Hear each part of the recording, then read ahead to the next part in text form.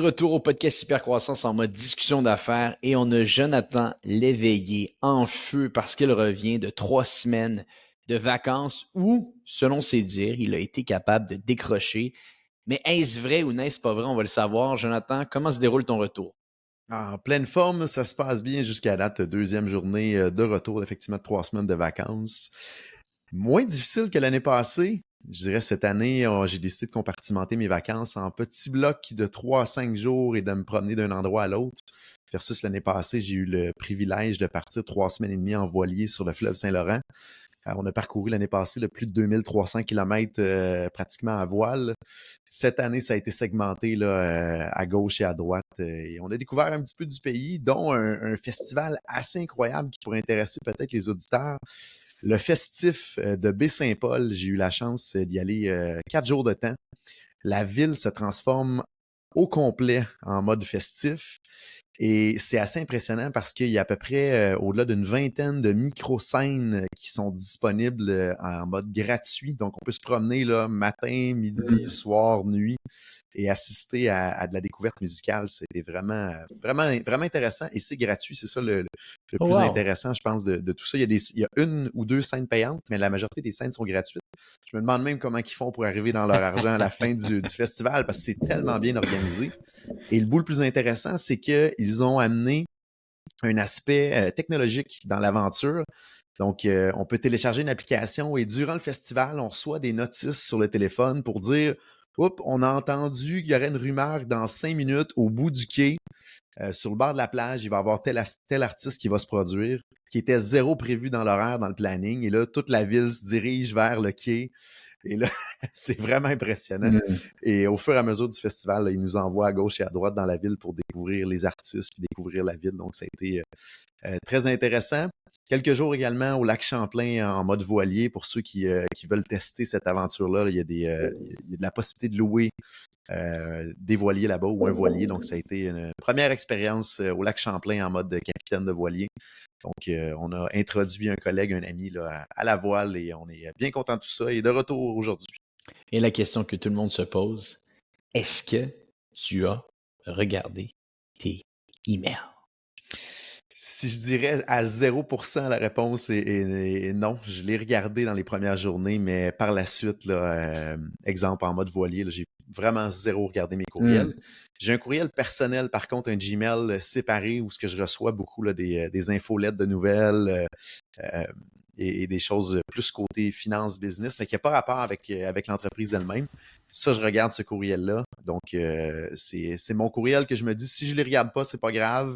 Si je les lis pas, c'est pas grave non plus. Donc, c'est plus informatif Mm. qu'opérationnel.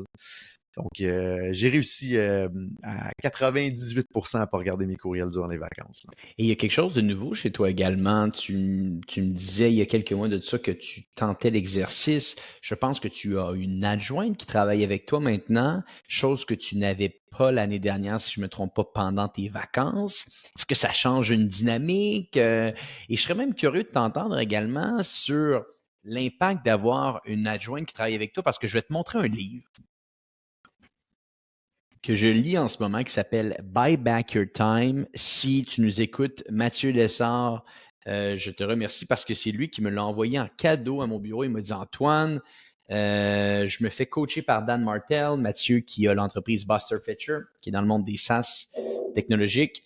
Et Dan Martel, qui est l'auteur de ce livre-là, il m'a dit tu dois lire ça, c'est incroyable. Tu vas te rendre compte à quel point ton temps n'est pas mis au bon endroit, puis c'était pas un point nécessairement personnel, mais c'est globalement au niveau des entrepreneurs.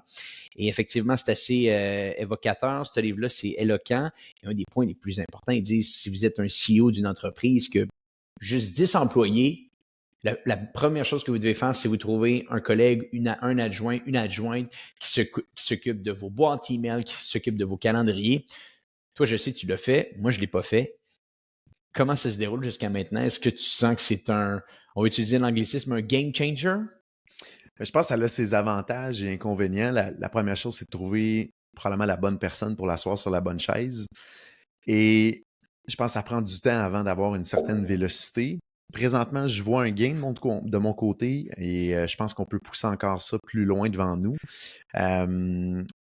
Donc, à suivre, je pense, dans les prochains mois, prochaines semaines. Je suis un hyper optimiste, hein, et je suis un bas vert dans le profil psychométrique, donc il faut que ça bouge vite, puis je pense que tout va prendre 30 minutes, puis que ça va être correct Ouais. pour demain. Donc, il faut que je travaille un petit peu sur moi-même, sur cet aspect-là, pour ne pas remettre cette pression-là sur les gens autour de moi. Donc, oui, un gain au niveau de la jointe à l'heure actuelle. Est-ce que ça remplit 100% de où ce que je voudrais que ça soit? Je pense que je suis trop hyper optimiste de ce que je veux tout déléguer. Mais à suivre, je pense qu'on a encore un bon bout de chemin à faire. Puis je suis très confiant dans 3-6 mois là, que ça va me donner un très grand pourcentage de ce que je voulais au bout de la ligne. Le grand avantage, c'est vraiment la gestion de l'horaire parce que Bien sûr. j'ai tellement un horaire de mon côté par choix là, qui est très chargé. Et là, quand je veux faire des rencontres là, à la dernière minute, ça demande un jeu de Tetris qui est assez impressionnant à faire, que j'arrive pas à faire moi-même. Donc, ça me permet à ce moment-là de mieux prioriser ce qu'il y a à mon agenda, puis de placer des rendez-vous des fois un petit peu plus dernière minute qui sont parfois plus importants que ceux qui étaient initialement à l'horaire. Donc, là-dessus, j'ai un bon gain, je vous dirais, là, jusqu'à présent. Là. Intéressant. Et bon, je le sais que tu n'as peut-être pas regardé tes emails de travail, mais comme tu le dis, tu as reçu des infolettes sur un email personnel et il y a des nouvelles du monde des affaires qui se sont intégrées malgré tes vacances. Effectivement, le monde n'arrêtait pas de tourner, ça a continué de tourner et il y a eu des belles nouvelles, des changements, des points intéressants, des points fascinants, des points des fois qui nous surprennent. Qu'est-ce qui t'a marqué récemment, Jonathan, qu'on pourrait partager avec l'audience? Première nouvelle, j'aimerais parler de la compagnie Uber, que probablement tout le monde connaît, l'équivalent du taxi, mais en format numérique. Ça fait des années et des années, je pense que ça fait bientôt 15 ans que la compagnie existe. Un monstre financier et un monstre à perdre de l'argent année après année, trimestre après trimestre. Et ça fait longtemps que je me dis quand est-ce qu'ils vont réussir à faire du profit ou du moins à s'en aller dans la bonne direction. Et c'est maintenant chose faite. 14, ça leur a pris 14 ans avant de tourner un profit réel. Et le dernier trimestre, 394 millions US de profit qu'ils ont réussi à dégager grâce au CEO là, Dara, et là je vais dire son nom de famille, mais probablement Antoine, t'es meilleur que moi, là, Ouais, Koros on va le Shosky. massacrer les deux, là. Ouais, ouais. Et ça lui a pris 6 ans pour réussir à prouver qu'il était capable de partir d'une culture toxique à une bonne culture et en même temps de devenir profitable.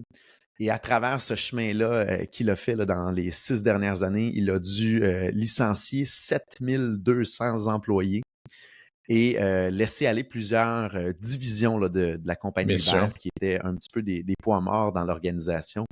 Donc, c'est chose faite aujourd'hui, profit. Donc, fort à parier, je pense que dans les trimestres et années à venir, ça va devenir un monstre de génération de profit. Leur plus gros compétiteur était la compagnie Lyft, est encore, je pense, la compagnie Lyft, mais la différence en bourse maintenant, là, ils ont complètement éclipsé Bien Lyft sûr. dans la poussière. Et ça sera beau à voir, je pense, dans les prochains trimestres. Et je pense que ça fait une suite de ce qu'on a parlé dans les derniers trimestres, dans la dernière année, comme quoi que maintenant, c'est plus nécessairement la croissance, mais le profit qui est important. Et Uber nous le prouve aujourd'hui. Fort à parier que le dollar par course de, je vais dire taxi, mais c'est pas un taxi en tant que tel, va être beaucoup plus élevé aujourd'hui que ce que c'était il y a un an et est-ce que ça va être encore plus élevé probablement dans un an, vu qu'ils ont pratiquement le monopole du marché maintenant aujourd'hui. Je pense que tu as suivi beaucoup leur histoire, Antoine, de ton côté. Tu avais peut-être des points que tu aurais aimé apporter sur la table. Ouais, ben écoute, effectivement, du profit, près de 400 millions, pardonne-moi, de profit pour le dernier trimestre. Histoire qui est totalement fascinante, Uber. Et on peut penser que c'est long, 14 ans. Effectivement, c'est long, mais si on analyse en détail, ça a pris plus de temps à Amazon pour commencer à générer des profits significatifs. Et on le voit aujourd'hui, au dernier trimestre, c'est 6 milliards ou même 7 milliards de bénéfices nets qui a été généré sur Amazon. Donc, je pense que tu as raison. Ça risque d'être une machine sur le moyen long terme qui va générer beaucoup d'argent. Bon. Je ferais peut-être une parenthèse, Oui. Antoine, là-dessus. Si on compare par contre Amazon avec Uber, Uber, théoriquement, sont 100% technologiques parce qu'ils n'ont pas de coût, pratiquement pas de coût d'infrastructure versus Amazon. Et Amazon eux-mêmes, depuis le début, on dit on va investir massivement dans beaucoup d'infrastructures. Et c'est normal qu'ils ne soient pas profitables aussi longtemps et c'était leur plan de match. Mais Uber, très technologique, c'est une application en ligne. la majorité de leur coût doit être du staff et du marketing. Moi, ça me surprend que ça a pris autant de temps avant qu'ils arrivent profitables. Fait que je veux juste faire une parenthèse Ouais. entre un et l'autre. Je trouve très différent entre Amazon et Uber, là. Ouais, effectivement. Je pense, par contre, si on analyse bien ce qui s'est déroulé, tu as parlé des divisions qui se sont départies. Le plus gros défi, ou plutôt même la plus grosse erreur que Uber a fait, si on écoute son CEO, qui d'ailleurs a donné un excellent entretien à Acquire, le podcast Acquired récemment, je mettrai un lien dans les notes de l'épisode. Quand Dara est arrivé en 2017 comme CEO, il faut savoir d'où est-ce qu'il provenait. Lui, il a été 13 ans, je crois, CEO de Expedia. Il a travaillé avec un mogul du monde des médias, Barry Diller, qui avait fait l'acquisition d'Expedia, qui avait fait l'acquisition d'un paquet d'organisations. Bref, c'est un CEO totalement extraordinaire, Dara. Vous l'écouterez parler, vous allez voir le charisme qu'il a dans sa voix. Un des points qu'il a mentionné, il a dit un des travaux que je devais faire au départ, numéro un, c'était de retravailler sur l'image du brand. Parce qu'on se rappelle avec Travis Kalanick, c'est Travis Kalanick son nom ou bref, le fondateur de Uber. Peut-être que je suis en train également de massacrer son nom de famille, mais bon, le fondateur de Uber, oui, Travis Kalanick, j'ai une bonne mémoire, avait fait un travail incroyable pour bâtir l'entreprise, mais à la fin, il y a eu beaucoup de déboires, beaucoup d'enjeux qui s'étaient déroulés. Bref, Uber était mal vu parce qu'il ne respectait pas les lois dans la majeure partie des pays du monde. Donc, il y a eu un travail à faire d'Ara en premier lieu pour retravailler un petit peu l'image de Uber. Quand ça a été fait, il faut le dire, aujourd'hui, c'est un brand qui est beaucoup plus apprécié et accepté à travers le monde. La deuxième chose qu'il y avait à faire, c'était un mot, focus. Un des points, et ça revient un petit peu à ton point, l'infrastructure d'Amazon, l'infrastructure d'Uber. Peut-être une des raisons qui a fait que ça a pris autant de temps à Uber de devenir profitable, ça a été ses investissements dans le hardware. Ils en ont fait beaucoup. Ils ont investi dans des voitures qui, ultimement, pensaient qu'ils deviendraient des voitures volantes, sont sortis de leur core business plus souvent qu'autrement. Et en écoutant le CEO parler, on se rend compte que c'est ça qui a créé beaucoup de déboires, beaucoup de pertes et, ultimement, les licenciements que tu as mentionnés, les milliers de licenciements qui se sont déroulés. Quand ils sont retournés vraiment à leur core business, c'est là qu'il s'est dégagé, bien entendu, l'efficacité. Et si on se rappelle, on parle de Uber en ce moment, son plus gros compétiteur, c'est Lyft, certes, mais le plus gros compétiteur également de Uber, c'est DoorDash, parce que Uber n'est plus simplement une application de déplacement, mais une application de livraison à domicile de nourriture. Et c'est ce qui a sauvé littéralement l'entreprise pendant la COVID, parce qu'au début de la COVID, Uber était dans des déboires économiques massifs. Il y avait littéralement plus aucun revenu parce que les gens ne se déplaçaient pas. Et ce qui a revigoré l'entreprise, ça a été la montée en flèche de Uber Eats, qui, anecdote intéressante au moment où on se parle, Uber Eats est le canal d'acquisition numéro un de nouveaux utilisateurs de Uber. Quand même intéressant, hein? C'est ce que Dara disait. Il dit, on investit bien entendu sur Google, sur Facebook, etc. Mais notre canal d'acquisition numéro un pour Uber au moment où on se parle, c'est Eats. Et je pense que l'inverse est également vrai. Donc, il y a beaucoup de gens qui veulent uniquement des livraisons à domicile, mais qui n'utilisent pas vraiment le taxi, qui ont découvert un petit peu l'application de taxi grâce à Eats. Donc, ça, c'est quand même un point intéressant à mentionner. Et comme beaucoup de CEO d'entreprises technologiques publiques au cours des dernières années, ou plutôt des derniers mois, soyons honnêtes, Dara a été face à une réalité des investisseurs qui dit « Hey, là, le temps file, ça va prendre combien de temps avant qu'on génère de l'argent? » Et il a été obligé d'installer des politiques un petit peu plus serré, de serrer la ceinture et ultimement d'arriver avec des résultats économiques qui sont intéressants. Moi, je pense que c'est un des premiers trimestres qui en augure d'autres de très, très bons pour Uber. Je veux dire, la marge de profit est très élevée, la marge brute est très élevée. Là-dedans, on prend une commission sur ce qui se déroule au niveau des chauffeurs. Donc, dès qu'on atteint une masse critique, je ne serais pas surpris que ce soit une organisation qui génère beaucoup, beaucoup, beaucoup d'argent dans les prochains trimestres. Mais si vous ne connaissez pas Dara, et encore une fois, je ne dis pas son nom de famille parce que c'est trop difficile à dire, allez écouter certains entretiens qu'il a fait dans le passé. C'est une personne excessivement impressionnante. Et là, si on regarde sur le trimestre, on parle à peu près de 6% d'EBITDA. On parle de plusieurs centaines de millions de US de profit. Antoine, as-tu une idée combien de milliards ils ont brûlé dans les 5 dernières années?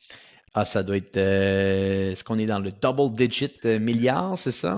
On est dans le double digit, on est à 18 milliards US qu'ils doivent renflouer en réalité un peu pas nécessairement dans les coffres parce qu'ils ont été beaucoup financés, je pense, du côté de la bourse. Mais il y a encore beaucoup de profits à faire rentrer avant d'être break-even sur les 5 dernières années, là. Ouais, mais en tout cas, ce qui est sûr et certain, c'est qu'au moment où on se parle, l'action de Uber va quand même bien. On parle d'une capitalisation boursière qui est à 91 milliards de dollars. L'action, depuis le début de l'année, est en hausse de 76,85 Clairement, les investisseurs sont contents et je ne serais pas surpris que ce soit une entreprise qui grandisse beaucoup dans les prochaines années, encore une fois, face à leurs compétiteurs DoorDash et Lyft. Bref, à voir comment ça va se dérouler, mais félicitations Uber, un premier trimestre avec beaucoup de profit. Et surtout, à quel point ça l'a amélioré un peu notre vie, cette compagnie-là. Je ne sais pas si Ça a toi, Antoine, changé tu l'as notre vécu, vie. mais Ça a changé notre vie. absolument, ça nous donne tellement de flexibilité, surtout en voyage, d'avoir la tranquillité Mhm. d'esprit qu'on peut sortir notre application Uber, qu'on va avoir quelqu'un qui sera pas là pour nous arnaquer, qui a quelque chose à perdre si jamais il essaie de nous arnaquer. Moi, ça a changé ma vie pour être beaucoup plus confiant à voyager. Puis on a eu des belles aventures qui auraient mal tourné, je pense, si c'était pas d'Uber en voyage pack-sac dans les dernières années, là. Donc, Effectivement. petite nouvelle supplémentaire que j'ai vu passer qui m'a, en tant que personne habituée en technologie, ça m'a jeté un peu en bas de ma chaise. On parle de cyberattaque acoustique. Et là, moi, j'avais jamais entendu parler de ça. Je vous explique un petit peu c'est quoi. C'est une équipe de recherche d'une université connue là, du Royaume-Uni qui a réussi à développer un algorithme pour déduire les mots de passe à partir des sons de son clavier. Donc, autant en personne qu'en Zoom. Et ce qu'ils ont fait de leur côté, c'est qu'ils ont utilisé un iPhone qui était à quelques centimètres d'un portable pour enregistrer le son que les touches qu'on fait en touchant les touches de notre clavier. Et à partir de l'algorithme développé, ils sont capables effectivement de déduire ce qui était écrit sur le clavier. Et ce qui devient extrêmement, je dirais, inquiétant là-dessus, c'est qu'ils sont capables en personne de prédire à 95% ce qui est écrit sur le clavier juste avec le son des touches sur le clavier. Mais via Zoom, on parle d'un taux d'efficacité de 93%. Ça veut dire quoi? C'est que dans vos Zooms, si quelqu'un active ou a accès à ce logiciel-là, il peut avoir un transcript en direct de ce que vous avez écrit sur votre clavier. Et Dieu sait que des fois, on fait beaucoup de choses pendant des Zooms Bien sûr. pour être efficace. Mais des fois, il peut y avoir de l'information sensible qu'on tape sur notre clavier au bout de la ligne. Et on pourrait penser encore plus loin que ça, qu'une application malicieuse sur votre téléphone intelligent qui est activée, qui écoute ce que vous faites durant votre travail sur votre portable, pourrait faire un transcript de ce que vous avez écrit sur votre portable, donc d'avoir accès à vos mots de passe. Et il y a fort à parier, là, je vois beaucoup de nouvelles depuis quelques trimestres comme quoi que les Google de ce monde veulent faire disparaître le mot de passe en format clavier. C'est probablement, entre autres, à cause de ce genre de cas-là, qu'avec l'intelligence artificielle et les algorithmes beaucoup plus poussés, que le son qu'on est capable de faire ou qu'on fait non volontairement en tapant sur notre clavier peut être déduit à ce moment-là. Et un pirate pourrait utiliser cette information-là pour une mauvaise utilisation au bout de la ligne. Donc, à surveiller devant nous. Et fort à parier qu'il y a probablement des pirates qui ont déjà accès à ces systèmes-là. Donc, faites très attention de votre côté. Et pour le moment, il n'y a pas grand moyen de se protéger. Il faudrait couper clairement le micro sur nos téléphones. Il y a une fonction maintenant sur Android que j'y vais apparaître dans le dernier trimestre. Et là, je viens de comprendre en parlant pourquoi il nous donne accès à couper le microphone de manière native dans Android. Fort à parier, c'est pour se protéger contre d'éventuelles attaques potentielles comme celle-là. Là, tu nous fais peur, Jonathan. Donc, la personne qui est en technologie ici, on le sait bien, c'est toi. Est-ce que tu nous proposes peut-être d'augmenter la fréquence de changement de mot de passe, de s'assurer d'utiliser des logiciels un peu à la Dashlane pour bien protéger tout ce qu'on a? Bien, la première protection à mettre, c'est le 2FA qu'on appelle l'authentification à deux formes. Donc, si la personne a accès au premier mot de passe en écoutant le son, il n'y aura pas accès au deuxième Ça. code d'accès. Donc, je pense que c'est définitivement la première chose à mettre en place. Et assurez-vous également que cet élément-là, dans le fond, de deuxième authentification, deuxième facteur d'authentification, ne soit pas dans le même système. On voit présentement des systèmes des gestionnaires de mots de passe qui vont intégrer le 2FA à l'intérieur. Donc, ça serait facile pour un pirate à ce moment-là d'avoir accès au mot de passe pour rentrer dans cette voûte-là et avoir accès aux deux codes d'authentification, donc le mot de passe et le deuxième code d'authentification. Donc, assurez-vous que ce soit de manière séparée. Et je recommanderais fortement également que le 2FA ne soit pas par SMS. Il y a énormément de fraudes présentement, Bien sûr. d'attaques pour les SIM cards. Il y a beaucoup de pirates qui vont se faire passer pour une cible auprès du fournisseur de téléphone pour faire changer momentanément sur quel appareil les SMS vont se rendre. Donc, assurez-vous probablement à ce moment-là d'avoir plutôt une authentification par une application qui est dans votre téléphone qui, elle, serait par empreinte digitale ou empreinte faciale à ce moment-là. Vous venez de considérablement compliquer la vie aux pirates. Il n'y a jamais rien qui est impénétrable pour un pirate aguerri. Par contre, on peut mettre le plus de bâtons dans les roues possible. Et c'est ce que je recommanderais. Le 2FA, et s'assurer que le 2FA ne soit pas par SMS, mais plutôt dans une application qui est sur votre téléphone, qui s'ouvre avec une empreinte digitale ou une reconnaissance faciale. Et bon, on va faire attention à tout ça. As-tu des dernières nouvelles pour nous aujourd'hui avant que je te laisse filer? Dernière petite nouvelle, on entend beaucoup que ça ne va pas bien en Chine depuis plusieurs mois, plusieurs trimestres, même depuis la COVID. Et ça m'a jeté un petit peu à terre de voir un graphique passer qui démontre une courbe très abrupte Bien sûr. des importations chinoises aux États-Unis. Ça, on en a entendu parler qu'il y avait une délocalisation un peu de la production à l'extérieur de la Chine vers d'autres pays.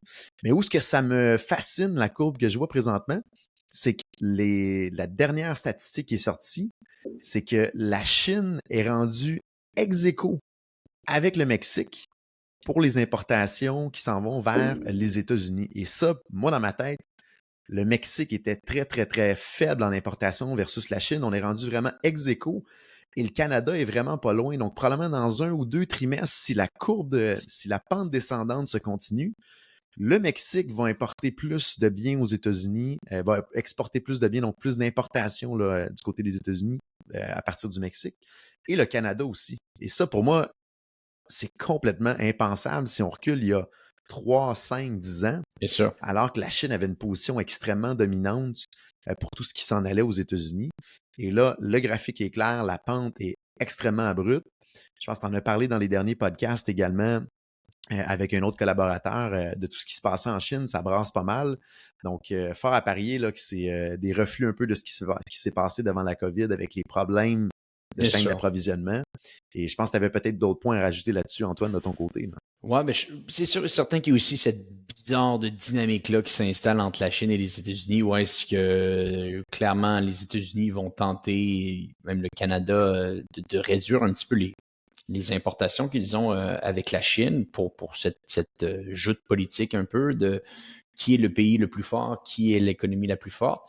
Et clairement, la Chine, ça n'a pas été géré de la même manière pendant la COVID. Si on l'a vu, on en parlait avec Simon récemment, il y a eu cette fameuse politique de COVID-0 où est-ce que la Chine voulait atteindre aucun cas de COVID dans le pays. Donc, ça a ralenti considérablement l'économie.